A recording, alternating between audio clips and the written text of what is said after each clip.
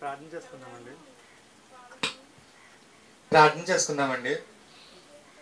ప్రియా పరలోకమందున్న మా కన్న తండ్రి, ఇదిగోండి తండ్రి, ఈస్టర్ పర్వదినం సందర్భంగా మరియు ఆదివారం సందర్భంగా మేము ఇక్కడ కూడుకొని ఉన్నాం తండ్రి. ఇదిగోండి తండ్రి, ప్రతి ఆదివారము మేము ఇక్కడ కూడుకొని నీ జ్ఞానాన్ని ఇంకా నేర్చుకుని ఆ ప్రకారంగా మా జీవితాలను మార్చుకుని మేము బ్రతకాలనుకుంటున్నాం తండ్రి. ఆ క్రమంలో మీ సహాయం మాకు ఎంతో అవసరం తండ్రి. అలా సహాయం అందిస్తారని కోరుకుంటూ, అలాగే వింటున్న ఈ పాఠాన్ని మేము అర్థం చేసుకుని గ్రహించి దీని ప్రకారంగా కూడా మా జీవితాన్ని మార్చుకోవడానికి సహాయం అందించాలని కోరుకుంటూ ఈ చిన్న ప్రార్థనని యేసుక్రీస్తు వారి నామంలో అడిగి వేడుకుంటున్నాం తండ్రి. ఆమేన్. అందరికీ వందనాలండి. ఈరోజు నేను చెప్పబోయే పాఠం పేరు ఈస్టర్ గురించి, లేదా ఈస్టర్ అంటే ఏంటి, లేదా ఈస్టర్ అసలు ఎలా పుట్టింది, లేకపోతే ఎలా వచ్చింది మనుగడలోకి అనే విషయం. ముఖ్యంగా ఈస్టర్ గురించి మనం మాట్లాడినప్పుడు ఈ చరిత్ర గురించి ముందు పరిచయం చెప్పుకుని తర్వాత ఈస్టర్ అసలు సందేశం ఏంటి, ఈస్టర్ మనకి ఏం నేర్పిస్తుంది అనే విషయం చూద్దాం. ముందుగా ఇది అసలు ఎవరు స్టార్ట్ చేశారు? ఇది ఒక పండగగా, క్రిస్మస్ని ఒక పండగగా చేసుకోవడం ఎక్కడో ఒక చోట స్టార్ట్ అయ్యి ఉంటుంది కదా. అలాగే ఈస్టర్ అనేది ఎలా స్టార్ట్ అయ్యింది అనే ఒక పరిచయం చూసి తర్వాత ఈస్టర్ వెనకాల ఉన్న సందేశం ఏంటో చూద్దాం. ముఖ్యంగా ముందు ఈరోజు మీ అందరికీ తెలిసి ఏంటంటే ఈస్టర్. ఈస్టర్కి ముందు వచ్చే పండుగ ఏంటి? ముందు వచ్చే పండుగ నిన్నగాక గుడ్ ఫ్రైడే. ఇది ఏ సీజన్ లో వస్తుంది అంటే లెంట్ సీజన్ లో వస్తుంది. చివరి లెంట్కి చివరిలో ఉండే పండుగలే ఇవి. మట్లాదివారం కానివ్వండి, గుడ్ ఫ్రైడే, ఈస్టర్, ఇవన్నీ ఈ 40 రోజుల ఉపవాసంలో చివరిలో వచ్చే పండుగలు. సరే, క్రైస్తవ లోకమంతా దీన్ని గొప్పగా జరుపుకుంటున్న ఒక పర్వదినంగా చెప్పుకుంటున్నారు. ఇప్పుడు మనకు అర్థం అవ్వాల్సింది ఏంటంటే ఈస్టర్ పర్వదినం అని చెప్తున్నాం కదా, దీనిలో ఉన్న ప్రాముఖ్యత ఏంటి అనేది మనకు అర్థం కావాలి. నిజంగా ఈ పండగలో లేకపోతే ఈ విషయంలో, ఈ పునరుద్ధానపు విషయం ఏదైతే ఉందో దీనిలో ఉన్న ఇంపార్టెన్స్ ఏంటి, ఉన్న ప్రాముఖ్యమైన అంశం ఏంటి, ఈ విషయం అర్థం కావాలి. ఈ విషయానికంటే ముందుగా అసలు ఈస్టర్ని ఒక పండుగగా జరుపుకోవడం అనేది ఎలా వచ్చిందో ఒకసారి చూద్దాం. ముందుగా ఈస్టర్ అనే పదం గురించి ఒకసారి మనం ఆలోచిస్తే ఈ పదం ఎక్కడైనా బైబిల్లో ఉందా అంటే తెలుగు బైబిల్లో మనకి ఈస్టర్ అనే పదం ఉండదు. ఎందుకంటే తెలుగులో ఈస్టర్ అనేది తెలుగు పదం కాదు కాబట్టి ఈస్టర్ అనేది ఉండదు. కానీ ఈస్టర్ అంటే ఇంగ్లీష్లో కింగ్ జేమ్స్ వర్షన్లో ఒక చోట అపోస్తుల కార్యాలు 12వ అధ్యాయం 1-4 చదువుతున్నప్పుడు అక్కడ పస్కా పండగ అని ఒక చోట రాయబడి ఉంటుంది తెలుగులో. ఆ పస్కా పండుగని కొన్ని ట్రాన్స్లేషన్లో ఈస్టర్ అని క్రోడీకరించారు. ఇంకొన్ని ట్రాన్స్లేషన్లో పాస్ ఓవర్ అంటే పస్కాగానే దాన్ని ట్రాన్స్లేట్ చేశారనమాట. ఇకపోతే హెబ్రీ, గ్రీకు భాషల్లో పస్కా అనే ఉంటుంది. అంటే దీని మీనింగ్ దేనికి దగ్గరగా ఉందంటే అక్కడ ట్రాన్స్లేషన్లో వాడిన దాన్ని బట్టి పస్కాకి దగ్గరగా ఉన్నట్టు మనకు అర్థమైంది. సరే, దీని మీనింగ్ అంటే ఇది గ్రీకు నుంచి తీసుకోబడింది అనమాట. దీన్ని ఏంజలో సాక్సోన్ అనే ఒక గ్రీకు పదం నుంచి తర్జుమా చేస్తూ రాబడింది అనమాట. దీని మీనింగ్ పస్కా అనే ఒక అర్థం వస్తుంది, గ్రీక్ నుంచి తీసుకోబడింది. ఇకపోతే ఇది ఒక పండగగా ఎలా వచ్చింది అనేది ఒకసారి మనం ఆలోచించాలి. ఎలా వచ్చింది అనుకుంటున్నారు మీరు? ఎలా వచ్చి ఉండొచ్చు? నార్మల్గా పండగలన్నీ ఎలా వస్తాయండి? ఎవరో ఒకళ్ళు స్టార్ట్ చేస్తేనే కదా వచ్చేవి. మనకి బైబిల్లో కూడా కొన్ని పండగలు ఉన్నాయి. పండగ వచ్చింది కాబట్టి మిమ్మల్ని ఒక క్వశ్చన్ అడగాలనుకుంటున్నాను. మీరు చేసుకునే పండగల్లో ఇప్పుడు మనం ఎక్కడ ఉన్నాం? ఇండియాలో ఉన్నాం. ఇండియాలో చేసుకునే కొన్ని పండగలు చెప్పండి. దసరా, దీపావళి, ఇంకా ఉగాది, ఇంకోటి వినాయక చవితి, ఇంకా దేవి నవరాత్రులు, ఇంకా దసరా కాకుండా ఇంకా 10 రోజులు సెలవులు వచ్చే పండుగలు కొన్ని ఉన్నాయి కదండి, చెప్పండి. సంక్రాంతి. ఇట్లా ఒక పండగ బైబిల్లో ఉంది. ఈ పండగల్లో ఇప్పుడు మీరు చెప్పిన పండగల్లో ఒక పండగ బైబిల్లో ఉంది అన్నాను అనుకోండి, ఏమని చెప్తారు? దానికి దగ్గరగా ఉండేది, కొన్ని అదే పేరు కాకపోయినా దానికి దగ్గరగా ఉండేది. పస్కా మీరు చెప్పలేదు కదండి, మీరేం చెప్పారు? సంక్రాంతి అన్నారు, దీపావళి అన్నారు, దసరా అన్నారు, ఇంకా అలా వినాయక చవితి అన్నారు. ఇవాళ కొన్ని పేర్లు చెప్పారు. వీటిల్లో బైబిల్లో కనిపించే ఒక పండుగ చెప్పండి అంటున్నా. ఆటల్లో ఏమి రాదు కదా. కానీ మీరు కొంచెం దగ్గరగా దీన్ని ఊహించుకోవచ్చు అని అనుకున్న పండగ ఏమైనా మీకు అనిపిస్తుందా? అంటే పండగ వచ్చింది కాబట్టి ఊరికే క్వశ్చన్ అడిగాను. ఏంటంటే సంక్రాంతి కొంచెం దగ్గరగా ఉండొచ్చు. ఎందుకంటే బైబిల్లో కోతకాలపు పండగ అని ఒక పండగ చూస్తాం. ఇది సంక్రాంతి మీనింగ్ కూడా ఏంటంటే అదే. సో దానికి దగ్గరగా ఉంది. అంటే పండగ వచ్చింది కాబట్టి ఊరికే ఎలెక్ట్ అవ్వడం కోసం, పాఠం మీద మీకు కాన్సన్ట్రేషన్ తేవడం కోసం ఆ క్వశ్చన్ అడిగాను. ఇప్పుడు దాన్ని పక్కన పెట్టేయండి, ఈస్టర్ లోనికి వచ్చేయండి. ఈస్టర్ అనేది ఇలా ఎవరో ఒకళ్ళు ఎక్కడో చోట స్టార్ట్ చేసే ఉండాలి కదా. మరి ఈ ఈస్టర్ అనేది ఎలా స్టార్ట్ అయిందంటే ప్రారంభ సంఘం, క్రీస్తు చనిపోయిన తర్వాత ప్రారంభ సంఘం టైంలో, కాన్స్టెంట్ అయిన రాజు ఉన్న టైంలోనే ఇవన్నీ స్టార్ట్ అయింది. ఏంటి, క్రిస్మస్ కానివ్వండి, ఈ ఈస్టర్ కూడా అప్పుడే స్టార్ట్ అయింది. సో ఏంటంటే వాళ్ళు ఏమనుకున్నారంటే యేసుక్రీస్తు చనిపోయాడు. ఎప్పుడు చనిపోయాడు? నీసాను నెల ఏదైతే ఉందో ఆ నీసాను నెల 14వ రోజు. 14వ రోజు అంటే అది పౌర్ణమి. పౌర్ణమి అంటే ఫుల్ మూన్ డే, అదే కదండి. పౌర్ణమి అంటే ఫుల్ మూన్ డే. ఎప్పుడైతే అప్పుడు వచ్చిందో యేసుక్రీస్తు వారు చనిపోయారు. దీన్ని పురస్కరించుకోవడం కోసం, లేకపోతే ఆయన చనిపోయి మాత్రమే లేరు కదా, ఆయన తిరిగి లేచారు కదా.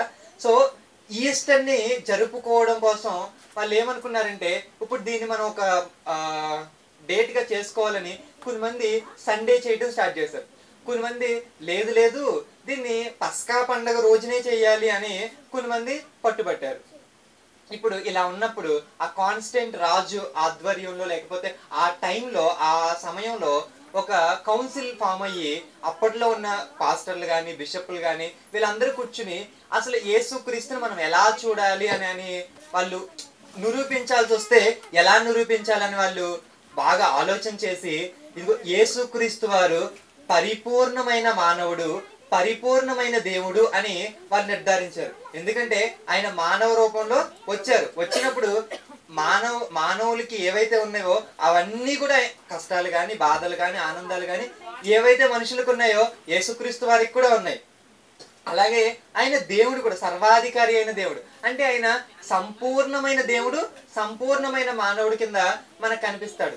ఇప్పుడు వాళ్ళు ఏమన్నారంటే, అప్పుడు ఆ కౌన్సిల్లో ఏమని నిర్ణయించారంటే, ఈ ఎప్పుడైతే నీసాను నెల 14వ రోజు ఏదైతే ఉందో ఆ 14వ రోజున పస్కా పండుగని, పౌర్ణమి రోజున పస్కా పండుగని ఏదైతే జరుపుకున్నారో ఆ వచ్చే నెక్స్ట్ ఆదివారాన్ని ఈస్టర్ గా జరుపుకోవాలి అని ఆ మీటింగ్ లో, ఆ కౌన్సిల్లో వాళ్ళు నిర్ణయించడం జరిగింది. అప్పటి నుండి ఈస్టర్ ని జరుపుకోవడం స్టార్ట్ చేశారు. మీకు అర్థమైంది కదా ఎప్పటి నుంచి స్టార్ట్ చేశారు? ఆ కౌన్సిల్లో ఎప్పుడైతే క్లారిఫికేషన్ వచ్చిందో, ఇదిగో నీసాను నెల 14వ రోజు, నీసాను నెలలో 14వ రోజు తర్వాత వచ్చే ఆదివారం, ఇమీడియట్ గా వచ్చే ఆదివారం. 14వ రోజు ఏంటి? పస్కా పండగ. పస్కా పండుగ తర్వాత వచ్చే ఆదివారాన్ని ఈస్టర్ గా. ఇప్పుడు మిమ్మల్ని అడగచ్చు, క్రిస్మస్ ఎప్పుడు డిసెంబర్ 25నే వస్తుంది, 25నే వస్తుంది, మరి ఈస్టర్ ఏంటండి మారిపోతుంది అని. ఎందుకంటే బైబిల్లో ఎప్పుడు లేచాడని రాయబడిందంటే ఆదివారంన లేచాను అని రాయబడింది కదా. దాన్ని అంటే దాన్ని ఉంచడానికి అప్పటికి వాళ్ళకున్నది చంద్రుడిని బట్టి డేట్ వేయడం అనేది అప్పట్లో ఉంది కాబట్టి, సో దాన్ని ఫాలో అవుతూనే లైక్ అప్పట్లో ఉన్న నీసాను నెల 14వ రోజు అది పౌర్ణమి తర్వాత వచ్చే ఆదివారం. ఇది చంద్రుడిని బట్టి, పౌర్ణమి అంటే చంద్రుడిని బట్టే కదా లెక్కేసేది. సో చంద్రుడిని బట్టి ఉన్న క్యాలెండర్ ని బేస్ చేసుకుని వచ్చింది. సో ఇప్పుడు మనం ఫాలో అవుతుంది ఏంటి? సూర్యుడిని బేస్ చేసుకుని వచ్చే క్యాలెండర్ కదా. సో దానికి దీనికి కొంచెం డిఫరెన్స్ ఉండడం వల్ల మనకి ఈస్టర్ అనేది ఏమవుతుంది? మారుతూ వస్తుంది. ఎందుకంటే మనకి ఈస్టర్ కి ఎగ్జాక్ట్ ఫిగర్ ఉంది. నీసాను నెల 14వ రోజు తర్వాత వచ్చే ఆదివారం రోజున పునరుద్ధానుడు అయ్యాడని బైబిల్లో చాలా క్లారిటీగా ఉంది. పస్కా రోజున ఆయన బలైపోతాడు, బలైపోయిన తర్వాత ఆదివారాన్ని లెగుస్తాడు. ఇంత క్లారిటీగా ఉంది కాబట్టి దీన్ని మెయింటైన్ చేయడం కూడా, ఇంత కరెక్ట్నెస్, ఇంత ఇన్ఫర్మేషన్ మనకు బైబిల్లో ఉంది కాబట్టి ఇలాగే రావాలి, తప్పిపోకూడదు. నీసాను నెల 14వ రోజు దాని తర్వాత వచ్చే ఆదివారాన ఈస్టర్ జరగాలని అప్పుడున్న కౌన్సిల్ దీన్ని ఈస్టర్ కింద స్టార్ట్ చేయడం జరిగింది. అయితే ఈ చరిత్ర అంతా కూడా మనకి చాలా చోట్ల చాలా చరిత్రకారులు రాశారు. క్యాథలిక్ ఎన్సైక్లోపీడియా ఇలాంటి పుస్తకాల్లో కూడా రాయటం జరిగింది. ఇకపోతే ఈ ఈస్టర్ అనే పదం కొన్ని వేరే అర్థాలు వచ్చేటట్టుగా కూడా ఉంటాయి. ఏంటంటే ఈస్ట్రో అనే ఒక దేవత కూడా ఉందన్నమాట. ఆవిడ స్ప్రింగ్ ని వసంతకాలం అనే కదా అంటారు. ఆ వసంతకాలపు దేవత కింద కూడా కొలిచే ఒక ఆచారం ఉందన్నమాట. ఇలా ఉన్న ఆచారానికి యూరోపియన్ కౌన్సిల్లో అప్పట్లో వాళ్ళకున్న దేవతలను బట్టి వాళ్ళు అలా పూజించేవాళ్ళు. కానీ యూరోపియన్ దేశాలన్నీ కూడా క్రీస్తుని నమ్ముకుని అవన్నీ కూడా యెరూషలేముకి దగ్గరలోనే ఉంటాయి కాబట్టి అవన్నీ మారుతూ ఉన్న సమయాల్లో ఏమైందంటే వాళ్ళు ఈ పండుగను తీసేసి క్రీస్తు పునరుద్ధాన్ని జరుపుకోవడానికి కోసం వాడినట్టుగా కొన్ని కథనాలు కూడా ఉన్నాయి. దానికి సంబంధించి కొన్ని చరిత్రకారులు కొన్ని ఆధారాలు కూడా ఉన్నాయి. ఏమైతేనేమి అది ఇప్పుడైతే మాత్రం దేని జరుపుకుంటున్నారంటే యేసుక్రీస్తు యొక్క పునరుద్ధానాన్ని జరుపుకోవడానికి జరుపుతున్నారు. ఇకపోతే మీరు ఎప్పుడన్నా ఈ 19-20 శతాబ్దాల్లో గ్రీటింగ్స్ వేసుకుంటున్నప్పుడు గ్రీటింగ్స్ లో కోడిగుడ్డులు ఇలాంటివి కనిపిస్తూ ఉంటాయి. ఈస్టర్కి కోడిగుడ్డు మీద పెయింటింగ్ వేయటం, కుందేళ్ళు బొమ్మలు ఉండడం అనేది మీరు గ్రీటింగ్స్ కార్డ్స్ ఉంటాయి కదా, ఆ గ్రీటింగ్స్ కార్డ్స్ మీద చూస్తే కనిపిస్తూ ఉంటుంది. ఎందుకంటే ఇది ఇందాక మీకు ఒక దేవత పేరు చెప్పాను కదా, ఆ దేవతకున్న కొన్ని ఆచారాల్లో అది కూడా ఒకటి, అందుకనే వచ్చిందని కొన్ని మంది అంటారు. కొన్ని మంది ఏమంటారంటే గుడ్డులో నుంచి కొత్త జీవాన్ని పుట్టడానికి ఇది సూచనగా ఉంది కదా, యేసుక్రీస్తు వారు కూడా పునరుద్ధానుడు అయ్యాడు కదా, దానికి కూడా ఒక సూచనగా ఉంది అని అంటారు. ఇక ఏదేమైనా కానీ అలాంటి ఆచారాలు కూడా ఉన్నాయని జస్ట్ మీకు అర్థం అవడం కోసం జస్ట్ చెప్పానంతే. ఇవన్నీ జస్ట్ పరిచయం అన్నమాట. అంటే ఈస్టర్ అనేది ఎలా మనుగడలోకి వచ్చింది అంతే కదండి. బైబిల్ ఎలా మనుగడలోకి వచ్చింది అంటే మనకు ఆ చరిత్ర అంతా తెలుసు. ప్రవక్తలు రాశారు, ఇదిగో దైవజనులు రాశారు, ఇదిగోండి యేసుక్రీస్తు శిష్యులు రాశారు. ఇలా అనేక మంది రాసిన ఈ పుస్తకాలని క్రోడీకరించి మన చేతుల్లో బైబిల్గా వచ్చింది. అలాగే ఈస్టర్ ఎలా వచ్చింది అంటే ఇదిగో రాజు కాలంలో ఇదిగో నీసాను నెల 14వ రోజు పస్కా పండుగ అయిన తర్వాత వచ్చే ఆదివారాన్ని ఈస్టర్ గా జరపాలని నిర్ణయించుకున్నారు. అలా మనుగడలోకి వచ్చిందే ఈస్టర్ పండుగ. ఇప్పుడు ఈస్టర్ లోనికి వెళ్దాం. అసలు ఈస్టర్ అంటే ఏంటి? పునరుద్ధానం. అసలు పునరుద్ధానంలో ఉన్న ఇంపార్టెన్స్ ఏంటి? మీరేమనుకుంటున్నారు? ఇప్పుడు యేసుక్రీస్తు మరణం గొప్పది మీ అందరికీ తెలుసు. ఎందుకని? ఆ సిలువ మరణంలో మన పాపాలని మనకి విమోచనని కలిగించాడు. మరి ఈ పునరుద్ధానం వల్ల మనకేం కలుగుతుంది? మనకేం కలగచ్చు? లేకపోతే పునరుద్ధానం అనేది అంత ఇంపార్టెంటా, లేకపోతే అది ఒక అంటే ఇప్పుడు మనం ఏంటంటే ఇప్పుడు ఎగ్జామ్స్ జరుగుతున్నాయి అనుకోండి, కొన్ని ఇంపార్టెంట్ క్వశ్చన్స్ ఉంటాయి, కొన్ని అంతగా ఇంపార్టెంట్ లేని క్వశ్చన్స్ కూడా ఉంటాయి. ఇంపార్టెంట్ క్వశ్చన్స్ ని ఫస్ట్ చదువుతారు, అవి బాగా వచ్చేసిన తర్వాత అన్ఇంపార్టెంట్ క్వశ్చన్స్ ఉంటాయి. ఇప్పుడు క్రైస్తవంలో కూడా చాలా విషయాలు ఉన్నప్పుడు ఈ పునరుద్ధానం ఎక్కడ నిలుస్తుంది? చాలా ప్రాముఖ్యమైన అంశాల్లో పునరుద్ధానం కూడా ఒకటా, లేకపోతే అది నార్మల్ కేటగిరీలో ఉంటుందా అని మనం ఒకసారి ఆలోచిద్దాం. ఇప్పుడు కొన్ని ఎగ్జాంపుల్స్ చూస్తే పునరుద్ధానం అనేది ఎంత గొప్పదో లేకపోతే ఎంత తక్కువ ఎంత ఎక్కువ మనకు అర్థమవుతుంది. ఇప్పుడు కొన్ని ఎగ్జాంపుల్స్ చూద్దాం. ఎగ్జాంపుల్స్లో నేను ఫస్ట్ ఒక ఎగ్జాంపుల్ చెప్తున్నాను. ఒక వ్యక్తి ఉన్నాడండి. ఆ వ్యక్తి సీఎం అవ్వాలని చిన్నప్పటి నుంచి పోనీ ఒక స్త్రీ పేరు చెప్పుకుందాం. ఒక స్త్రీ ఉందండి. ఆవిడ తన ప్రజల కోసం కష్టపడాలని ఒక ఉద్దేశం ఉంది ఆవిడికి. ఆవిడని ఏం చేశారంటే ఒకసారి అసెంబ్లీలో ఉన్నప్పుడు ఆవిడ చీర కొంగుని లాగేశారు. లాగేస్తే అప్పుడు ఆవిడ జుట్టును కూడా లాగేయటం జరిగింది. లాగేసినప్పుడు ఆవిడ చెప్పిన మాట ఏంటంటే, మళ్ళీ నేను సీఎం అయితేనే కానీ అసెంబ్లీలో అడుగు పెడతాను, లేదంటే నేను అడుగు పెట్టను అని చెప్పింది. ఆవిడే జయలలిత గారు. ఇలా ఆవిడ గురించి ఎన్టీఆర్ గారు గొప్ప నటుడు. ఎంత గొప్ప నటుడు అంటే ఆయన చేసినవి పాత్రలు కానీ ఆయనకి చాలా బహుమతులు అనేవి వచ్చాయి. ఇకపోతే సావిత్రి గారు మీ అందరికి ఐడియా ఉండే ఉంటారు. మహానటి. ఆవిడ చాలా దాతృత్వం కలిగిన వ్యక్తిగా కూడా మనం ఆవిడ గురించి వచ్చిన బయో పిక్ లో కూడా చూడడం జరిగింది. ఇలా చాలా మంది వ్యక్తులు ఉన్నారు. వీళ్ళందరిలో ఒక కామన్ థింగ్ ఉంది. మీరు ఏమన్నా అబ్జర్వ్ చేయగలరా? వీళ్ళందరిలో కూడా ఒక కామన్ థింగ్ ఉంది. ఇంకా కొన్ని ఎగ్జాంపుల్స్ చెప్తాను. అశోకుడు ఉన్నాడు చూసారా? అశోకుడు చెట్లు నాటించాను. ఈయనకు కూడా వీళ్ళందరికీ కలిసిన దానిలో ఈయనకు కూడా ఒక కామన్ థింగ్ ఉంది. ఇందాక మీరు గవాల్మ్ అనేది సినిమా కేటగిరీలో వాళ్ళండి అని అనేస్తారని నేను ఇంకో కేటగిరీ చెప్తున్నాను. ఇప్పుడు అశోకుడు ఉన్నాడు కదా, దాంతోపాటు Alexander the great, Greek Veerudu Alexander ఉన్నాడు.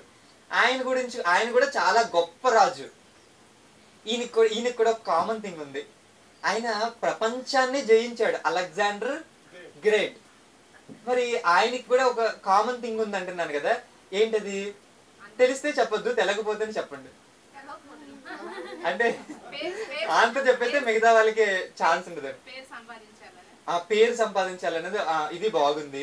ఇంకేమన్నా వీళ్ళందరికీ ఒకటి ఉందండి, ఒక దగ్గర ఆగారు వీళ్ళంతా. ఎక్కడ? మరణం దగ్గర ఆగారండి వీళ్ళందరూ. ఎందుకంటే ఒక గొప్ప సైంటిస్ట్ అయిన న్యూటన్ గారు కూడా చనిపోయారు. ఏమీ చదువుకొని ఒక బుద్ధిహీనుడు కూడా చనిపోయాడు. అంత చదువుకున్నాడు కాబట్టి కొంచెం ఎక్స్టెండ్ చేసుకోవచ్చు కదా, ఇంకొన్ని రోజులు బతకచ్చు కదా, బతకలేదు. పోనీ బుద్ధిహీనుడు, ఈయనకి ఏమీ తెలియదు కదా, ఈయన పోనీ ఏదో ఒకటి చేసి ఈయన కొంచెం పెంచుకోవచ్చు కదా, కుదరలేదు. పోనీ డబ్బున్నవాడు ఏమైనా పెంచుకోవడం కుదిరిద్దా? పోనీ డబ్బు లేనివాడు ఏమైనా పెంచుకోవడం కుదిరిద్దా? పేరున్నవాడు ఏమైనా పెంచుకోవడం కుదిరిద్దా? పోనీ పేరు లేనివాడు ఏమైనా పెంచుకోవడం కుదిరిద్దా? అంటే అందరికీ సమానమైనది ఏంటి? అందుకే కీర్తనలో ఒక మాట రాయబడి ఉంది, అదేంటంటే మరణము చూడక బ్రతుకు నరుడెవడు. దేవుడు చెప్తున్నాడు, నరుడుగా ఒకళ్ళు పుడితే వాళ్ళు ఎక్కడ ఆగాలంటే మరణం దగ్గర ఆగాలి. అంటే చనిపోవడం అనేది అందరికీ కామన్. దేవుడు ఎందుకు పెట్టి ఉండొచ్చు అని మీరు అనుకుంటున్నారు? ఇప్పుడు మీరు చూస్తే పైకి పైకి పైకి పైకి పైకి పైకి వెళ్ళాలన్నదే మనిషి కోరిక. భూమి మీద కాకపోతే చంద్రుడి మీదకి, చంద్రుడి మీద కాకపోతే అంగారకుడి మీదకి. ఇంకా వెళ్ళడం సాధ్యం కాలేదు కాబట్టి ఇంకా వేరే ప్లానెట్స్ కి వెళ్ళట్లేదు, కానీ లేకపోతే ఈ పాటికి వెళ్ళిపోయేవాళ్ళు. అంటే సూర్యుడి మీద అన్ని చోట్లకి వెళ్ళిపోవాలి, ఇంకా పైకి వెళ్ళిపోవాలి, ఇంకా ఏదో చేయాలి అని ఉంటుంది. కానీ దేవుడు ఏం చెప్పాడంటే ఒక పులి స్టాప్ ఉంది నీకు అని ఎప్పుడు గుర్తు చేస్తూ ఉంటాడు. అందుకే విందు జరుగు వారి ఇంటికి వెళ్ళుట కంటే, ఎందుకని నీకు ఒక విషయం తెలియాలి. ఏంటి ఆ విషయం? నీవు కూడా ఇక్కడికే వస్తావు, ఈ పులి స్టాప్ దగ్గరికే మనుషులందరూ వస్తారు. మరి ఈ కంటెక్స్ట్ ఏదైతే మనకు ఉందో ఏంటి, ఎలాంటి వ్యక్తి అయినా కూడా మరణం దగ్గరికి వచ్చి ఆగుతున్నాడు అని మనకి అర్థమైపోయింది. అంటే డబ్బున్నవాడు కానీ డబ్బు లేనివాడు కానీ, పేరున్నవాడు కానీ పేరు లేనివాడు కానీ, యాక్టర్ అయినా, సినిమా పొలిటీషియన్ అయినా, చదువుకున్న వ్యక్తి అయినా, చదువు లేని వ్యక్తి అయినా, సగటు మనిషి ఎవరైనా కూడా మరణం దగ్గరికి వచ్చి ఆగుతున్నారు. ఇప్పుడు ఈ మాట మీకు అర్థమైనప్పుడు పునరుద్ధానం యొక్క ప్రాముఖ్యత మీ మనసులో ఏదో ఒకటి అనిపిస్తూ ఉంటుంది కదా. ఏమనిపిస్తుంది? ఎందుకో ప్రపంచంలో ఒక్కరి సమాధి మాత్రం ఖాళీగా ఉంది. ఎందుకంటే మరణం ఆయన్ని బంధించి ఉంచలేకపోయింది. ఒక చరిత్రకారుడు మిషనరీ పరిచర్య అంటే ముందు ప్రపంచాన్ని తిరిగినప్పుడు ఆయన అంటున్న మాట ఏంటంటే, ఇదిగో నేను ఈజిప్ట్ వెళ్ళాను, చాలా పిరమిడ్స్ ఉన్నాయి. పిరమిడ్స్ అంటే ఏంటి? సమాధులు. ఎందుకంటే వాళ్ళకు ఒక నిరీక్షణ ఉంది, ఏంటంటే మళ్ళీ ఎప్పుడో ఒకప్పుడు మనుషులందరూ గొప్పవాళ్ళు అవ్వచ్చు, మళ్ళీ బ్రతికించే టెక్నాలజీ ఏదో ఒకటి రావచ్చు, ఏదో ఒకటి జరగచ్చు, మళ్ళీ మనం పుట్టొచ్చు. పుడితే అప్పుడు చచ్చిపోతే మన బాడీ పోతే మళ్ళీ బాడీ ఎక్కడి నుంచి వచ్చింది? రాదు. కాబట్టి దీన్ని సేఫ్ గా దాచుకుందామని సమాధిని క్లోజ్ చేసుకుని పెట్టుకుని ఉంచుకున్నారు. దాన్నే పిరమిడ్స్ అని, మమ్మీస్ అని ఈజిప్ట్ లో మనకి ఎక్కువగా కనిపిస్తాయి. సమాధులను కొలిచే ఒక ఇది ఈజిప్ట్ లో, ఐగుప్తులో ఉంది. కాబట్టి కొన్ని మంది క్రైస్తవ పెద్దలు ఏమంటారంటే, అందుకే మోషే యొక్క శరీరం కూడా ఇవ్వలేదేమో, అంటే ఆయన కూడా ఐగుప్తుకి దగ్గరలో ఉన్నాడు కదా, ఎంతో గొప్ప వ్యక్తి. ఇప్పుడు ఈయన శరీరం కూడా మనకి దొరకలేదని బైబిల్లో రాయబడి ఉంటుంది. సో అంటే చనిపోయిన తర్వాత ఈ శవాన్ని కూడా అలాంటి ఇది శవాన్నే దేవుని కింద కొలిచే ఒక ఆచారం వీళ్ళకి ఉంది. కాబట్టి మేబీ అది కూడానేమో అని కొన్ని మంది అంటూ ఉంటారు. వాట్ ఎవర్ ఇట్ మేబీ, అది పక్కన పెట్టేస్తే, ఇకపోతే ఈజిప్ట్ లో మనకి ఇలాంటివి కనిపిస్తూ ఉంటాయి. ఇంకా మనం చుట్టుపక్కల ఏ దేశాల్లో చూసినా కూడా సమాధులు కనిపిస్తూ ఉంటాయి. మీరు ఫర్ ఎగ్జాంపుల్ మక్కాకి వెళ్ళారనుకోండి, మక్కాలో మహమ్మద్ ప్రవక్త యొక్క సమాధి ఉంటుంది. సో అలాగే మీరు షిరిడి వెళ్ళారనుకోండి, షిరిడిలో సాయిబాబా సమాధి ఉంటుంది. అలాగే కొన్ని చోట్లకి వెళ్ళినప్పుడు అలా సమాధులు ఉంటాయి. కానీ చరిత్రలో తంబి సమాధి ఉంది. ఇలా మీరు చూసుకుంటూ వెళ్తే పెద్దవుటిపల్లిలో కూడా ఒక సమాధి ఉంది, తంబి గారి సమాధి అంట. సో ఇలా సమాధులు ఎక్కడ చూసినా కూడా మూసేసి ఉంటాయా, ఓపెన్ చేసి ఉంటాయా?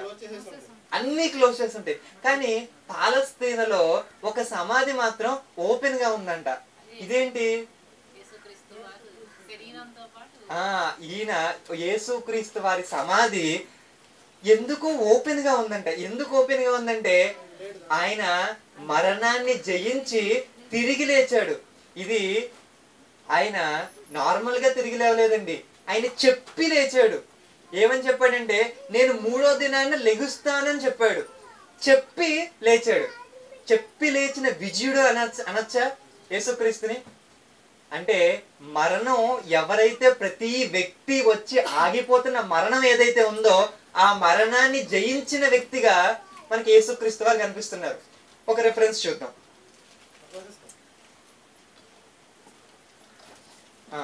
లేకపోతే ఈ సందర్భాన్ని ఒకసారి మనం చదువుదాం. యేసుక్రీస్తు తిరిగి లేచే సందర్భం మనకి ఇవి 4 సువార్తల్లోనూ కనిపిస్తుంది.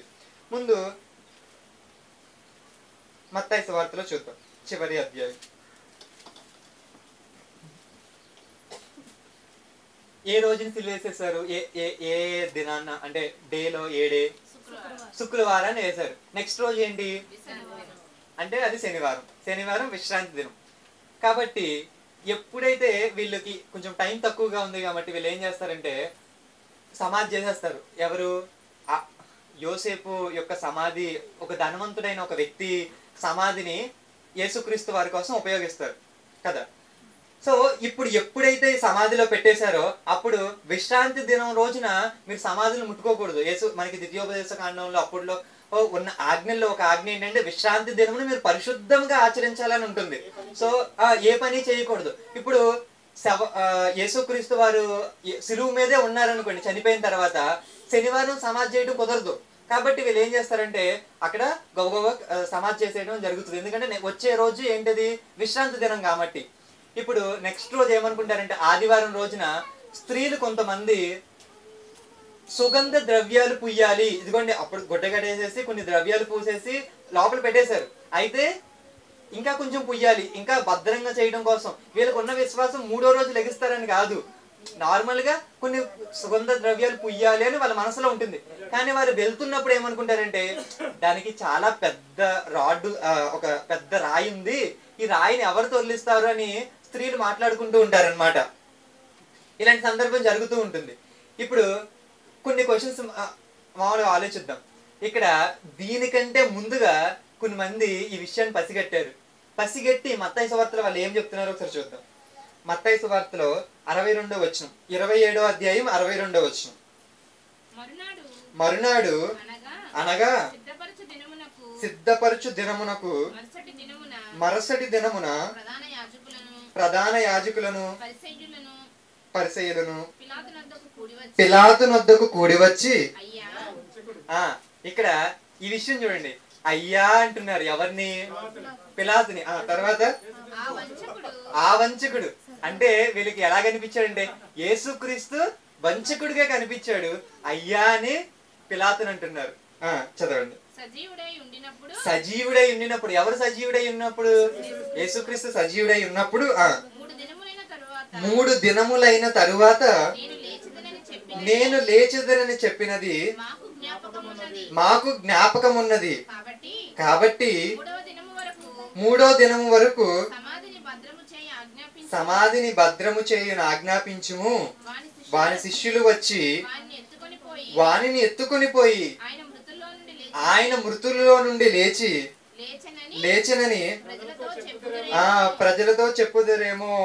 అప్పుడు మొదటి వంచన కడపటి వంచన కంటే కడపటి వంచన మరి చెడ్డదై ఉండెను. ఇక్కడ చాలా తెలివిగా ఆలోచించారు. ఏంటంటే బ్రతికున్నప్పుడు ఈయన ఏం చెప్పాడంటే 3వ రోజు తిరిగి లేస్తానని చెప్పాడు. ఎందుకైనా బెస్ట్. సమాధిని అలాగే వదిలేసాం అనుకోండి, ఏమవుద్ది? శిష్యులు వచ్చి సమాధిలో ఉన్న యేసుక్రీస్తు శవాన్ని తీసుకెళ్లిపోయి ఎక్కడో చోట దాచేసి ఏదో ఒకటి చేసేసి లేచాడని చెప్పారనుకోండి, అప్పుడు ఈ సెకండ్ ఆ సిలువ వేయడం కంటే ఇది ఎలా ఉంటుంది? అక్కడ చెప్పిన వాటి కంటే ఈ అబద్ధం ఇంకా గొప్పగా ఉంటుంది, ఇంకా చెడ్డగా ఉంటుందని వాళ్ళు బాగా ఆలోచించి ఏం చేశారంటే సమాధిని భద్రం చేయాలి అనుకున్నారు. ప్రపంచంలో సమాధిని భద్రం చేసిన వాళ్ళు ఎవరన్నా ఉంటారా? సమాధిని భద్రం చేయడం ఏంటండి? అసలు ఎవరన్నా ఇప్పుడు మనకి ఇక్కడ బోర్డు సమాధులు కనిపిస్తాయి. సమాధి దగ్గర ఒక వాచ్మ్యాన్ ఎవరైనా ఉంటారా? ఎందుకుంటారు? సమాధి, ఇంకా సమాధిలో జరిగేది ఏమి లేదు కదని ఎవ్వరు ఉండరు. కానీ మొట్టమొదటిగా సమాధికి భద్రం కోసం రాజు దగ్గర నుంచి ఒక ఆర్డర్ తెచ్చుకున్నారు. అప్పుడు రాజు ఏం చెప్తాడంటే, మీకు చేతనైనంత మట్టుకు తీసుకెళ్ళిపోండి, ఎన్ని మందిని పెట్టుకుంటారు పెట్టుకోండి అని చెబితే వాళ్ళు ఏం చేస్తారంటే, మీ చేతనైనంత మట్టుకు సమాధిని భద్రం చేయడని వారితో చెప్పాను. వారు వెళ్ళి కావలి వారిని కూడా ఉంచుకొని రాతికి ముద్ర వేసి సమాధిని భద్రము చేసిరి. చాలా టైట్ సెక్యూరిటీ మధ్య ఉంది. ఏంటి సమాధి? సమాధి టైట్ సెక్యూరిటీ మధ్య ఉండడం ఏంటండి? పిఎం హౌస్ ఫుల్ సెక్యూరిటీలో ఉందంటే దాంట్లో బతికున్న వాళ్ళు ఉన్నారు కాబట్టి ఓకే. కానీ చచ్చిపోయిన వ్యక్తులు సమాధి దగ్గర ఇంత టైట్ సెక్యూరిటీ ఉందంటే ఈయన ఏం చెప్పాడంటే 3వ దినాన లేస్తానని చెప్పాడు. నిజంగా లేచిపోతే, నిజంగా అంటే నిజంగా లేస్తే అది పక్కన పడండి, లేకంటే వీళ్ళ శిష్యులు ఏదో డ్రామా ఆడితే ఇది చాలా ఇబ్బంది అని వీళ్ళు అనుకుని భద్రం చేశారు. రోమా సైన్యం అంటే ప్రపంచంలో ఉన్న సైన్యాల్లో కొన్ని సైన్యాలు ఎంతో పేరు పొందిన ఉన్నాయండి. దానిలో రోమా సైన్యం కూడా ఒకటి. ఏంటంటే వాళ్ళు చాలా క్రూరంగా ఉండేవాళ్ళు. ఎలాంటి అల్లర్లు జరిగినా, ఇలాంటి ఘర్షణలు జరిగినా చాలా కఠినంగా వ్యవహరించే ఒక శైలే వీళ్ళది. ఇంత గొప్ప సైన్యంలో వ్యక్తులను తీసుకొచ్చి సమాధికి భద్రంగా పెట్టారు. ఇకపోతే తెల్లవారినప్పుడు ఆ రాయిని ఇక్కడ దూత వచ్చి పొర్లించడం జరిగింది. యేసుక్రీస్తు అక్కడ ఉన్నాడా లేడా? యేసుక్రీస్తు అక్కడ ఉన్నాడో లేదో మనం ఒకసారి చూద్దామండి. 28వ అధ్యాయం 6వ వచనం. ఆయన ఇక్కడ లేడు, తాను చెప్పినట్టే ఆయన లేచి ఉన్నాడు.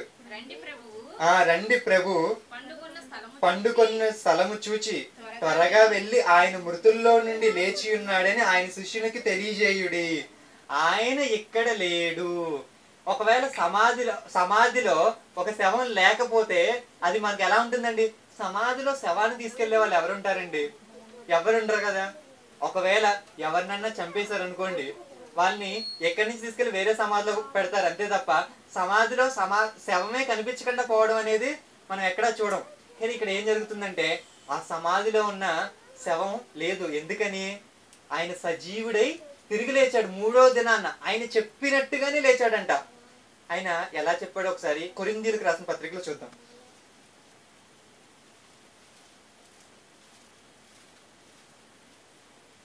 కొరింథీయులకు రాసిన పత్రిక మొదటి పత్రిక 15వ అధ్యాయం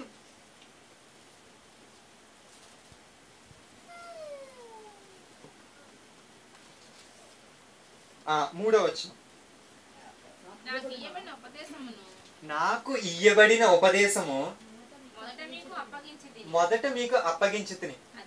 అదేమనగా లేఖనముల ప్రకారము క్రీస్తు మన పాపముల కొరకు మృతి పొందెను, సమాధి చేయబడెను, లేఖనముల ప్రకారము 3వ దినమున లేపబడెను. ఇక్కడ ఎలా లేపబడ్డాడంటే లేఖనముల ప్రకారం ఆయన ఏమయ్యాడంట? తిరిగి లేపబడ్డాడంట. అంటే ముందే రాయబడి ఉందా? రాయబడి ఉంది. అంటే ఏదైతే ప్రవక్తలు చెప్పారో, ఏదైతే మొదటి నుంచి ధర్మశాస్త్రం ఉపదేశిస్తుందో ఆ ప్రకారంగానే యేసుక్రీస్తు వారు మృతి పొందారు, సమాధి చేయబడ్డారు, తిరిగి లేచారు. ఇదే నేను మీకు చెప్పిన ఉపదేశం అని పౌలు గారు చెప్తున్నారు. ఇప్పుడు మనం కొన్ని ఎగ్జాంపుల్స్ చూద్దాం. పాత నిబంధనలో చెప్పారా అంటే యూదులకి అనేకమైన సూచనలు ఉన్నాయి. ఈయనే యేసుక్రీస్తు, ఈయనే మెస్సయ్య, ఈయనే ఇమాన్యుయేల్ అని తెలుసుకోవడం కోసం అనేకమైన సూచనలు ఉన్నాయంటారా లేవంటారా?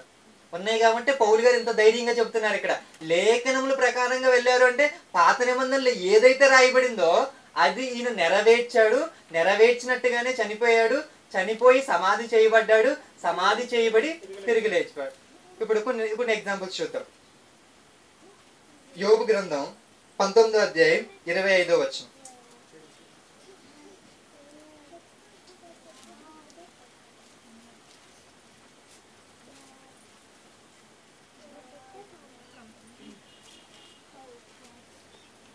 యోబు గ్రంథం 19వ అధ్యాయం 25వ వచనం.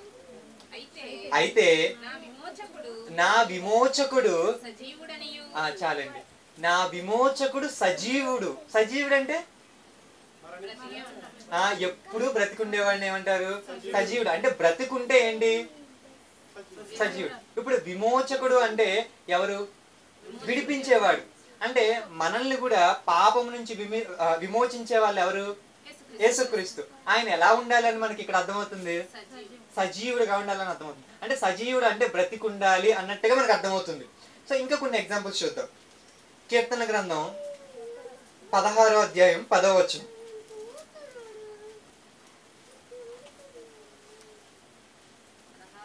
16:10. ఎందుకనగా నీవు నా ఆత్మను పాతాళంలో విడిచిపెట్టవు, నీ పరిశుద్ధుని కుళ్ళు పట్టనీయవు. చాలండి, పరిశుద్ధుని కుళ్ళు పట్టనీయవు అంటున్నామండి. అంటే శరీరం కుళ్ళిపోదు. యేసుక్రీస్తుని సమాధిలో పెట్టారు, కుళ్ళిపోలేదు కదండి, కుళ్ళిపోలేదు. ఎందుకని? ఇక్కడ ఆ ప్రవచనం నెరవేరాలి. యేసుక్రీస్తు సిలువలో చనిపోయినప్పుడు కూడా ఇంకా బ్రతికున్నారేమో అని ముగ్గురిని చెక్ చేస్తారు కదండి. ముగ్గురిని చెక్ చేస్తున్నప్పుడు మిగతా ఇద్దరు దొంగల్ని వాళ్ళ కాళ్ళు ఇరగ్గొడతారు. ఎందుకంటే అప్పటికి ఇంకా వాళ్ళు చనిపోరు కాబట్టి. యేసుక్రీస్తుని అలా ఇరగ్గొట్టరు. ఎందుకని ఇరగ్గొట్టరు అంటే, ఒకవేళ అలా ఇరగ్గొట్టారు అనుకోండి, ఒక ప్రవచనం ఫెయిల్ అయిపోతుంది. ప్రవచనం ఏంటంటే ఆయనలో ఏ ఎముక కూడా ఇరవబడకూడదని ఒక ప్రవచనం ఉంది. అంటే ఇలాంటి బైబిల్లో ఏవైతే ప్రవచనాలు ఉన్నాయో ఇలాంటివన్నీ కూడా యేసుక్రీస్తు జీవితంలో నెరవేర్చబడ్డాయి. ఇంకొన్ని రిఫరెన్సెస్ చూద్దాం. యెషయా గ్రంథం 25వ అధ్యాయం 8వ వచనం.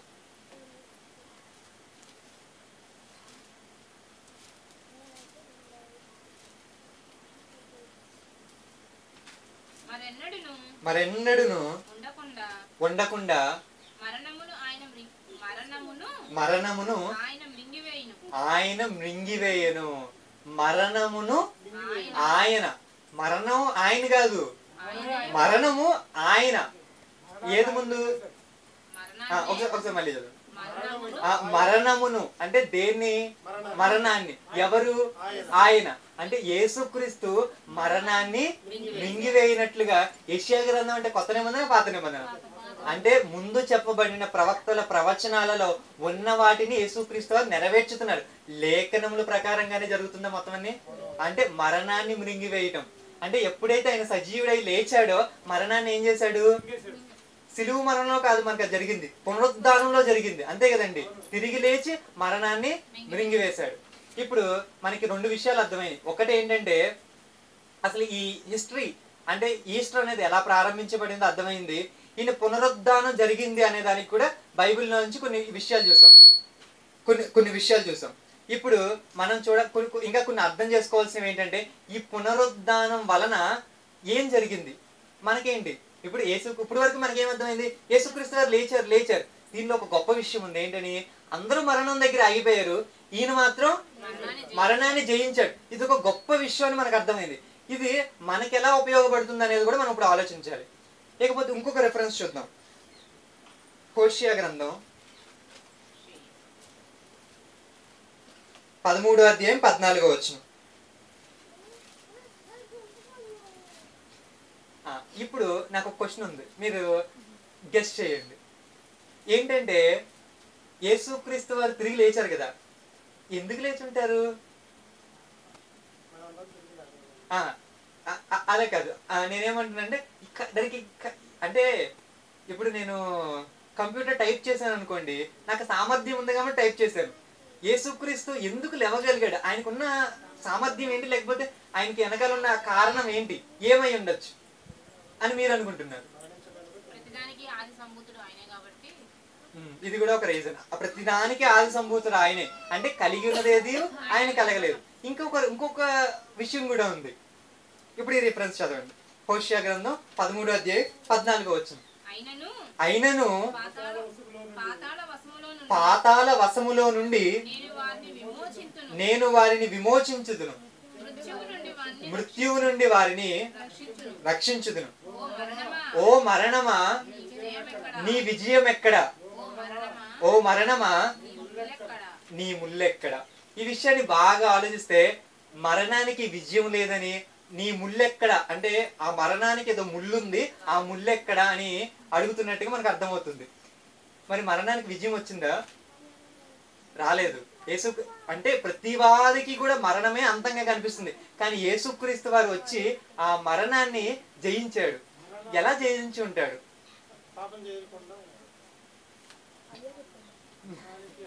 ఇంకా మీరు కూడా కొన్ని ఆలోచించండి. ఎందుకు ఎందుకు తిరిగి లేచి ఉండొచ్చు? ఇప్పుడు మీరు కాఫీ తాగుతున్నారంటే మీకు కాఫీ చేసుకోవడం వచ్చండి, అంతే కదండి, వస్తేనే కదండి కాఫీ తాగేది. సో లేకపోతే మీరు కొనుక్కుని ఉండొచ్చు, అంటే మీకు వెనకాల ఏదో ఉంది. అలాగే తిరిగి లేచారు అంటే ఆయన ఏదో చేసి ఉండాలి. సార్ చెప్పిన ఆన్సర్ కరెక్టే, ఇందా అక్క చెప్పిన ఆన్సర్ కరెక్టే, కానీ బైబిల్లో ఒక ఆన్సర్ ఉంది, అది సార్ చెప్పిన ఆన్సర్. సో మీకు అర్థమైంది కదా, ఏంటంటే పాపము చెయ్యకుండా ఉండడం వల్ల ఆయన మరణపు ముళ్ళుని విరిచేశారని మనం ఒక చోట చూడొచ్చు. ఎక్కడ చూడొచ్చు?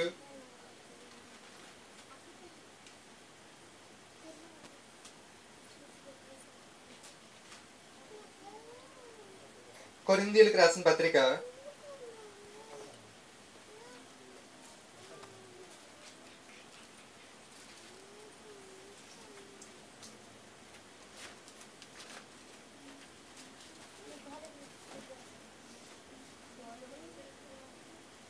15వ అధ్యాయం.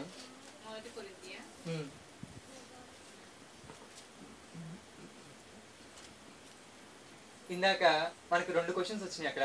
ఇందాక హోషియా గ్రంథంలో చదువుతున్నప్పుడు, మరణమా నీ విజయం ఎక్కడ, మరణమా నీ ముళ్ళు ఎక్కడ. ఇప్పుడు మొదటి కొరింథీయులకు రాసిన పత్రిక 15వ అధ్యాయం 54వ వచనం అండి. ఈ క్షయమైనది, క్షయం అంటే నశించిపోయేది, క్షయమైనది అక్షయతను ధరించుకున్నప్పుడు ఈ మర్త్యమైనది అమర్త్యతను ధరించుకున్నప్పుడు విజయమందు మరణము మృంగివేయబడినని. ఇందాక హోషియా గ్రంథం కాకుండా అంతకుముందు యెషయా గ్రంథం చదివారు చూసారా, మరణం మృంగివేయబడినని, అక్కడ అది నెరవేరింది అని చెప్తున్నారు. ఇక నెక్స్ట్ కూడా చదవండి. ఓ మరణమా నీ విజయం ఎక్కడ, ఓ మరణమా నీ ముల్లెక్కడ. మరణపు ముళ్ళు పాపము, పాపముకున్న బలము ధర్మశాస్త్రమే. ఇక్కడ చెబుతున్న విషయం ఏంటంటే మరణపు ముళ్ళు ఏంటంట. ఇప్పుడు ఒకరికి నొప్పి వస్తుంది, ఏంటంటే మరణం అనే నొప్పి వస్తుంది. ఎందుకని? వీళ్ళకి గుచ్చుకుంటుంది. ఏంటి? వీళ్ళు పాపం చేస్తున్నారు, దీనివల్ల మరణం అనేది ప్రతి వాళ్ళకి వస్తుంది. కానీ యేసుక్రీస్తు వారు ఏం చేశారంటే ఆ మరణపు ముళ్ళుని విడిచేశారు. ఆ మరణపు ముళ్ళు ఏంటి? పాపం. పాపాన్ని ఎప్పుడైతే విడిచేశారో ఇంకా మరణం ఆయన బంధించి ఉంచలేదు కదా. మరణం ఎప్పుడు వస్తుంది? పాపము వల్ల వచ్చే జీతం మరణం. మనం కష్టపడి కష్టార్జితం సంపాదించుకున్నదే మరణం. మనం పాపం చేసి కష్టపడి సంపాదించుకున్నదే మరణం. కానీ మనకి రక్షణ ఎలా వస్తుంది? అది యేసుక్రీస్తు కృప ద్వారా మనకు వస్తుంది. ఇక్కడ యేసుక్రీస్తు వారి విషయం ఆలోచిద్దాం. ఈయన పాపం చేయలేదు. పాపం చేయలేదంటే పాపము వల్ల వచ్చు జీతము మరణము, ఈయన్ని బంధించి ఉంచే ఛాన్స్ లేదు. ఎందుకంటే ఈయన పాపం చేయలేదు కాబట్టి మరణము ఈయన పైన అధికారం చేయడానికి పాసిబిలిటీ లేదు. మరి ఎందుకు చనిపోయారు? ఎందుకు చనిపోయారంటే ఆయన లేఖనముల ప్రకారంగా చనిపోతేనే మనకు మళ్ళీ ఆయనతో పాటు పునరుద్ధానం. ఆయన ఆయన పుట్టిన నరుడు ఎవరైనా కూడా ఏమవ్వాలి? చనిపోవాలి. ఇది దేవుడు పెట్టిన విధి. ఈయన సిలువులో ఏం చేశాడంటే మనందరి పాపాలని కూడా ఆయన మీద వేసుకున్నాడు. ఆయన చనిపోలేదు అనుకోండి, పాపాలు ఎవరి మీద వేసుకోవాలి? కుదరదు. కాబట్టి ఆయన చనిపోవాలి ఖచ్చితంగా. కానీ మరణానికి ఈయన మీద అధికారం ఉందా? అథారిటీ ఉందా? లేదు. ఇక్కడ రెండూ జరగాలి. ఏంటంటే ఈయన చనిపోవాలి, కానీ చనిపోవడం అంటే మరణానికి ఈయన మీద అధికారం అనేది లేదు. ఎందుకంటే ఈయన మరణపు ముళ్ళుని విడిచేసిన వాడు కాబట్టి. అర్థమైంది అనుకుంటున్నా. సో ఇక ముందుకు పోతే ఇది ఏం చేస్తుంది మనకి? ఒక వ్యక్తికి ఈ పునరుద్ధానము లేకపోతే ఈ విషయం అనేది ఏం చేస్తుంది అని అంటే ఇది జీవాన్ని ఇస్తుంది, ధైర్యాన్ని ఇస్తుంది అని మనం చెప్పొచ్చు. ఎలాగంటే ఒకసారి మీరు ఆలోచించండి. శిష్యులు ఉన్నారు. శిష్యులకి జ్ఞానం తెలుసా తెలీదా? తెలుసు. ఒకసారి పేతురు గారి దగ్గరికి వచ్చి యేసుక్రీస్తు వారు చాలా మంది శిష్యులు వెళ్ళిపోతే అప్పుడు మీరు కూడా వెళ్ళిపోవాలని అనుకుంటున్నారంటే పేతురు గారు ఏమంటారు? దేవా, మేమెక్కడికి వెళ్తాము, నీవే నిత్య జీవ మాటలు కలిగిన వాడివి అంటాడు. అంటే మంచి మాటలు అనేది వీళ్ళకి అర్థమైంది. మనకు కూడా చాలా మంచి మంచి విషయాలు బైబిల్ దగ్గర నేర్చుకున్నాం. బైబిల్ దగ్గర మంచి మంచి మాటలు ఉంటాయి, మంచి మంచి ప్రవక్తన కలిగిన వ్యక్తులు ఉంటారు, వాళ్ళ దగ్గర నుంచి మనం నేర్చుకోవచ్చు అనే విషయం క్లారిటీగా ఉంది. మరి మనకి ధైర్యం ఎక్కడి నుంచి వస్తుంది? ఈ పని చేయడానికి ధైర్యం ఎక్కడి నుంచి వస్తుంది? ఇప్పుడు మళ్ళీ శిష్యుల దగ్గరికి వెళ్తే, శిష్యులు ఎప్పుడైతే సిలువేసేసారో అప్పుడు వారికి మిక్కిలి భయం కలిగిందని బైబిల్లో ఉంటుందండి. ఎందుకు అంత భయం కలిగింది? దేవుని కుమారుని చంపేశారు. ఇప్పుడు వరకు మేము ఏదో ఇంకా ఇజ్రాయెల్ కూడా చాలా మంది భయపడ్డారు. ఎందుకంటే వాళ్ళు ఏమనుకుంటున్నారంటే ఈయనే మాకు రాజుగా వస్తాడు, ఈ రోమియోల నుంచి మమ్మల్ని విడిపిస్తాడు అని వాళ్ళకున్న ఒకటి. మట్ల ఆదివారం రోజు కూడా ఆయనకి బట్టలు పరిచింది, మట్టలు వేసింది. ఎందుకు అనుకున్నారు? వాళ్ళకున్న ఆలోచన ఏంటంటే ఇదిగో ఈయన రాజుగా వస్తాడు, ఈయన రాజుగా వచ్చి మన కష్టాలన్నీ తీర్చేస్తాడు, అంటే లోక సంబంధమైన రాజుగా వీళ్ళు ఎక్స్పెక్ట్ చేస్తున్నారు. కానీ యేసుక్రీస్తు నా రాజ్యం ఈ లోక సంబంధమైనది కాదని చెప్పడం జరుగుతుంది. సరే, ఇక్కడ మనకి అర్థం అవ్వాల్సింది ఏంటంటే మరి ఈ శిష్యులకి అప్పుడు భయం వేసింది కదా. ఎప్పుడైతే సిలువ వేసేసారో అప్పుడు భయం వేసిందా? వేయలేదా? వేసింది. అంతకుముందు నిత్యజీవ మాటలు కలిగిన వాడు అని చెప్పారు, అంటే జ్ఞానం ఉంది. జ్ఞానం ఉన్నా ఇక్కడ ఎందుకు భయం వేసింది అంటే కొంచెం ధైర్యం తగ్గింది. అప్పుడు యేసుక్రీస్తు పునరుద్ధానం అయిన తర్వాత ఆయన ఆ పునరుద్ధాన శక్తిని వారికి అర్థమైనప్పుడు ఇదిగో చనిపోయి తిరిగి లేచాడంటే ఈయన సజీవుడైన దేవుడు, ఇదిగో ప్రవక్తలు చెప్పిన దేవుడు ఈయన నిరంతరము సజీవుడై ఉన్నాడు అని అర్థమైంది కదండి వీళ్ళందరికీ. కాబట్టి అప్పటి నుంచి వీళ్ళకి ఎంతో ధైర్యంగా చచ్చిపోయినా పర్వాలేదు వాక్యాన్ని ప్రకటించాలనుకున్నారు. అంత ఇదిగోండి యాకోబుని ఖడ్గంతో పోయించేశారంట. అయినా ఎందుకు చెప్పారు? ఒక్కరిని. ఇప్పుడు ఒక విషయం ఉందండి, అంటే అని ఇప్పుడు మనందరం ఉన్నామండి ఇక్కడ, అంటే మన విషయం పక్కన పెడేస్తే పోనీ బయట ఎవరో ఉన్నారండి, ఈ సందులో ఒకరిని ఖతం చేసేసారు అనుకోండి, అప్పుడు మిగతా వాళ్ళందరూ ఇళ్లలో తలుపులు వేసేసుకుని ఉంటారా, లేకపోతే బయట వచ్చి నార్మల్ గా తిరుగుతారా? ఒక నెల 2 నెలల వరకు నిర్మానుష్యంగా ఉంటది. ఇంకా చెప్పాలంటే ఆ వారము వచ్చే ఆ నెలంతా కూడా 144 సెక్షనే. ఎందుకని? చచ్చిపోతాం, మనము చచ్చిపోతాం. అమ్మో, ఇప్పుడు ఆయన చంపేశారంటే మనల్ని చంపేశారు. యేసుక్రీస్తుని చంపేసినప్పుడు కూడా శిష్యులకు భయం వేసింది. కానీ ఎప్పుడైతే పునరుద్ధానాన్ని చూసారో వీళ్ళకి వచ్చిన ధైర్యం ఏంటంటే ఈ పునరుద్ధాన శక్తితో చచ్చిపోయినా పర్వాలేదు, ఎందుకంటే బ్రతుకుతాం, చచ్చిపోయినా పర్వాలేదు తిరిగి లేస్తాం. ఎందుకంటే ఈ పునరుద్ధానం మన పునరుద్ధానానికి ఏంటిది? సూచన. ఇది ప్రథమ ఫలంగా బైబిల్లో చెప్పబడింది. ఇది ప్రథమ ఫలం అంటే తర్వాత ఏంటి? మనం లేస్తామనే కదా. కానీ ప్రారంభ సంఘంలో ఒకసారి కొంతమందికి కొన్ని డౌట్స్ వచ్చినాయి అంటండి. అది కూడా రాక దేని మీద వచ్చినాయి అంట? ఈ పునరుద్ధానం మీదే వచ్చినాయి అంట. అప్పుడు పౌలు గారు మీకు దేని మీద వచ్చినా పర్వాలేదు కానీ పునరుద్ధానం మీద అస్సలు రాకూడదండి అని కొరింథీయులకి ఒక మాట చెప్తున్నారు. చూద్దాం. కొరింథీయులకు రాసిన పత్రిక 15వ అధ్యాయం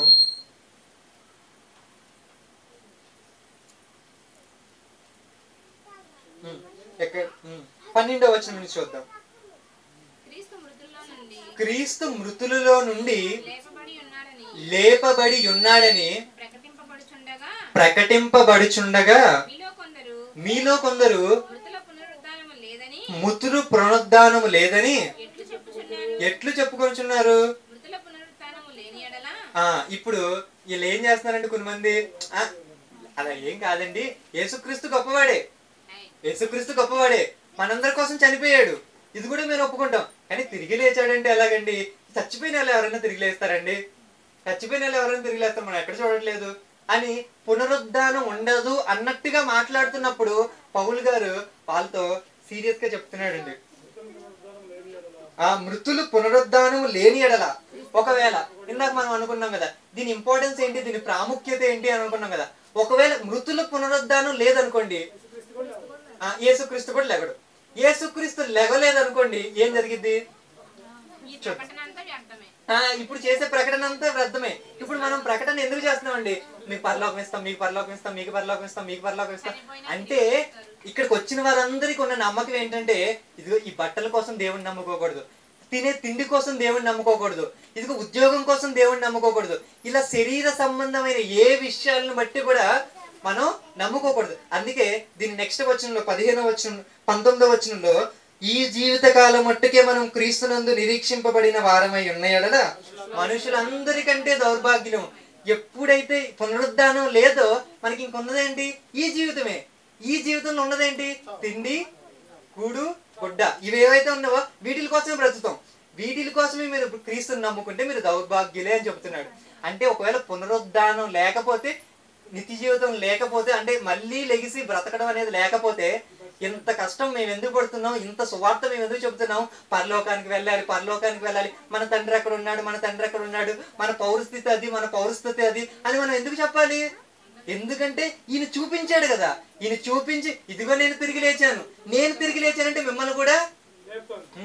అందుకే 3వ దినాన్న యేసుక్రీస్తు లేచాడు. ఆయన మళ్ళీ వచ్చినప్పుడు మనల్ని కూడా లేపుతాడు. ఇది మనకి ఉన్న విశ్వాసం. ఇప్పుడు మన నిరీక్షణ ఏంటి? మనం కూడా లెగుస్తామని. ఇదిగో ఎప్పటికైనా యేసుక్రీస్తు వస్తాడు, మనల్ని పరలోకానికి తీసుకెళ్తాడు, మనల్ని మృతుల్లో నుంచి లేపి సజీవుల్ని చేస్తాడు. ఒకసారి ఒక రెఫరెన్స్ చూద్దామండి. దెస్సలోనికి రాసిన పత్రిక, మొదటి పత్రిక 4వ అధ్యాయం 13వ వచనం.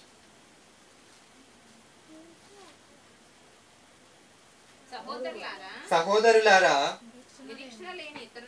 నిరీక్షణ లేని ఇతరుల వలె మీరు దుఃఖపడకుండు నిమిత్తము నిద్రించుచున్న వారిని గూర్చి.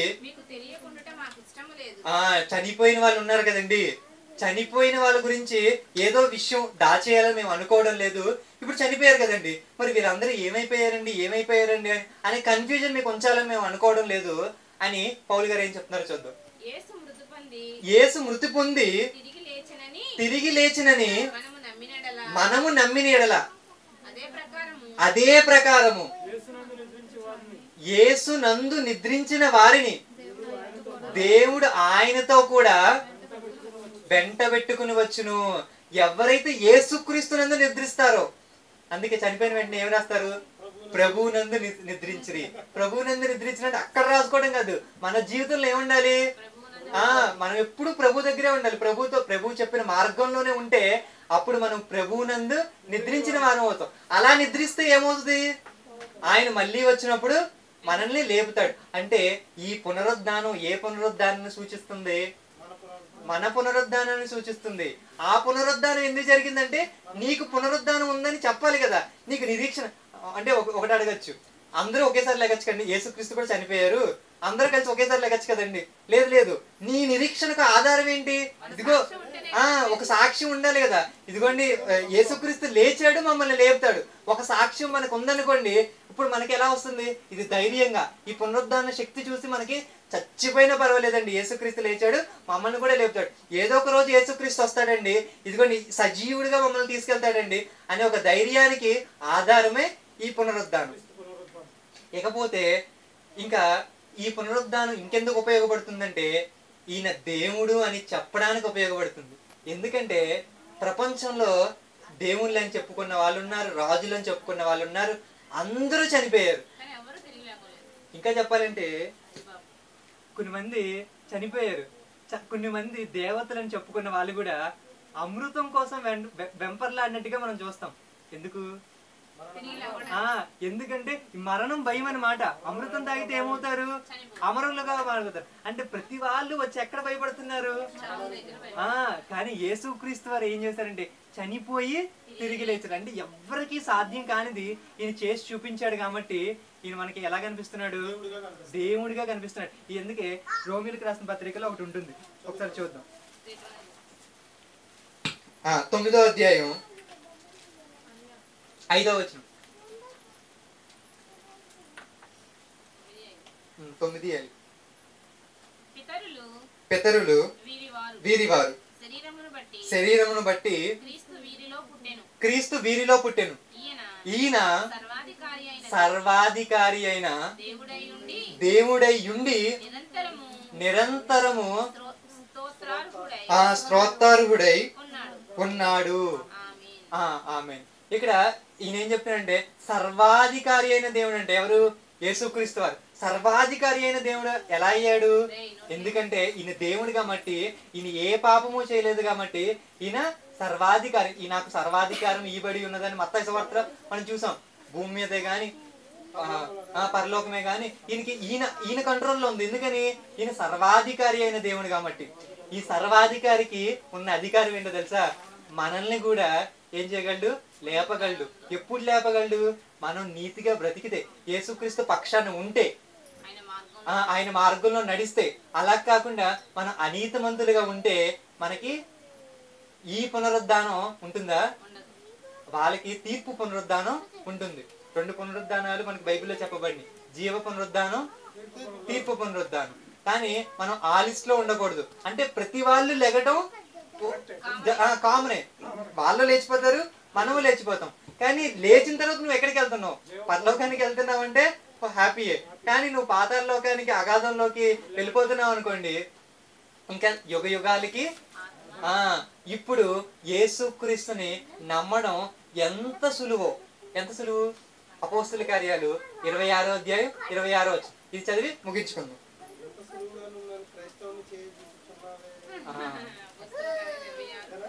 అంతే, 26 నుంచి చదవండి.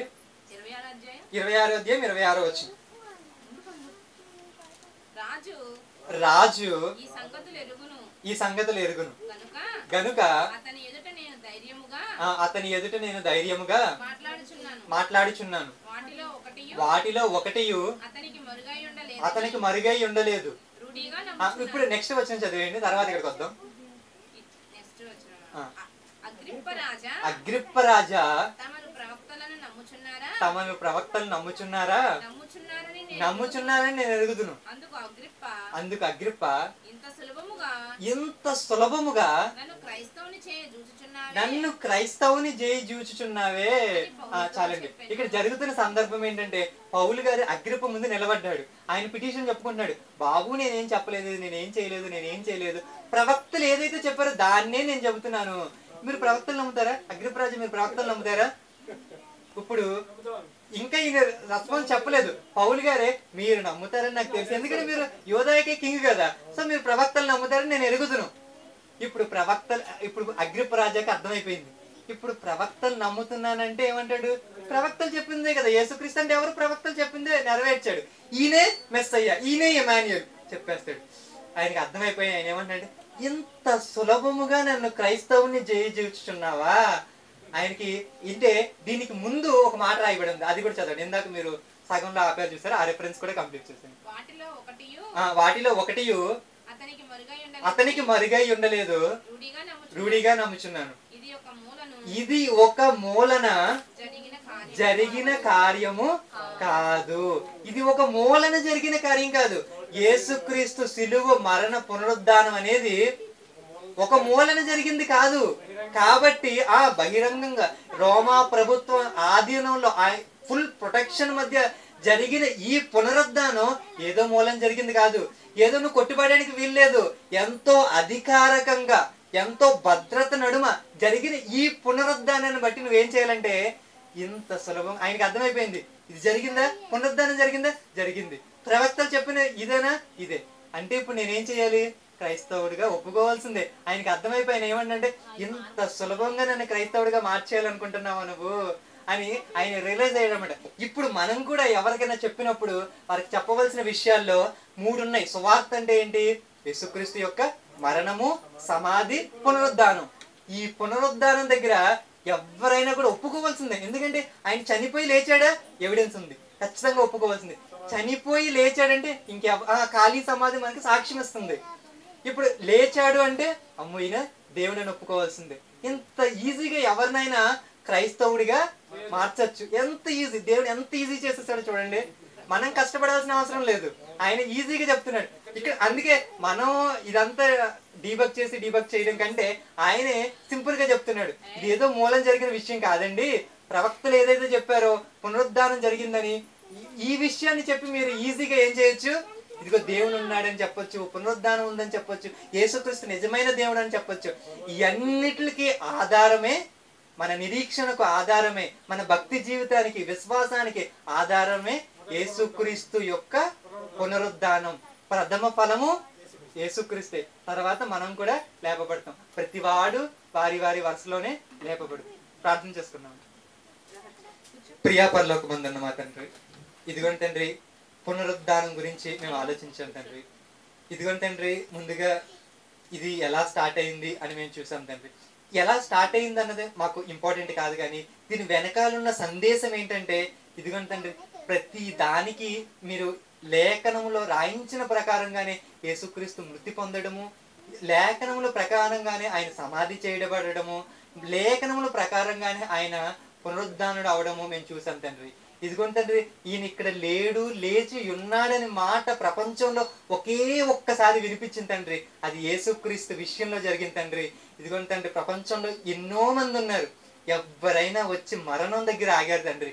కానీ యేసుక్రీస్తు నిజమైన దేవుడు కాబట్టి ఆ మరణాన్ని జయించాడు. ఇదిగోండి తండ్రి మరణపు ముల్లే పాపము, ఆ పాపాన్ని జయించి ఇదిగోండి తండ్రి మరణం ఇంకా ఆయన మీద అధికారం లేదు కాబట్టి ఆ మరణాన్ని కూడా ఆయన జయించాడు తండ్రి.